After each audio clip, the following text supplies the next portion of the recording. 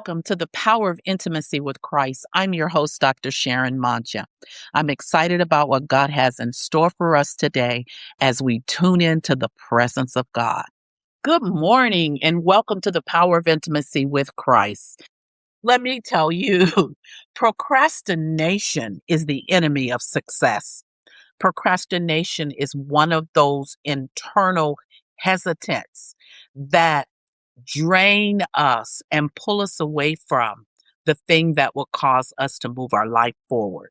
It is a bondage of a type that comes to imprison you, and you have to really be careful because it's the enemy of your success. And the enemy would like to use procrastination, which is rooted in fear. It's rooting in a mindset of, I can do it later, I can wait to another time, which is a diversion of energy. It's a diversion of your purpose and your passion and the thing that you've been called to do being in motion. And so you stagnate your own future, your own destiny when you procrastinate. Now, here's the mystery connected with procrastination, that at the root of it, you have to be careful that it's not a hesitancy because you're seeking the face of God, that you're waiting because you want to hear from the voice of the Lord for timing and the wisdom and will of God. That's very different than procrastination. Procrastination is when the timing has come, when you're in the moment of actualization of the process of the time, right in the moment, the perfect moment for a particular action.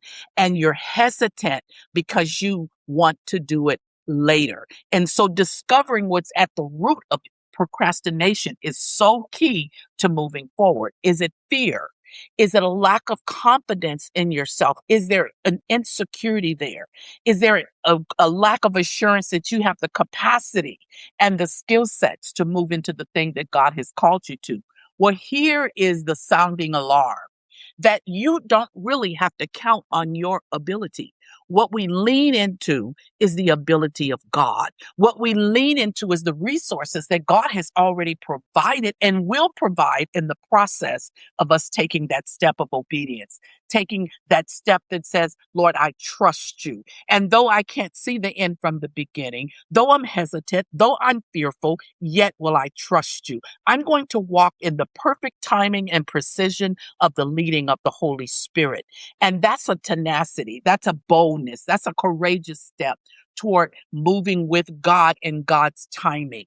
And that's a breaking of a cycle of procrastination. When you know what God has told you to do, you know what God has led you to do in a particular season of your life, and you're just hesitant for whatever reason. Well, procrastination will cheat you right out of your blessing, right out of your purpose, right out of the will of God. So you cannot let it dominate your life, dominate your thinking, dominate your emotional life, and dominate where you put your energy. Because what happened, the season of the fulfillment of the actualization that God had of the rich depth of resources and provision for you to actualize in the precision of the supply of God, you will miss it because you didn't walk in the timing with the Spirit of God.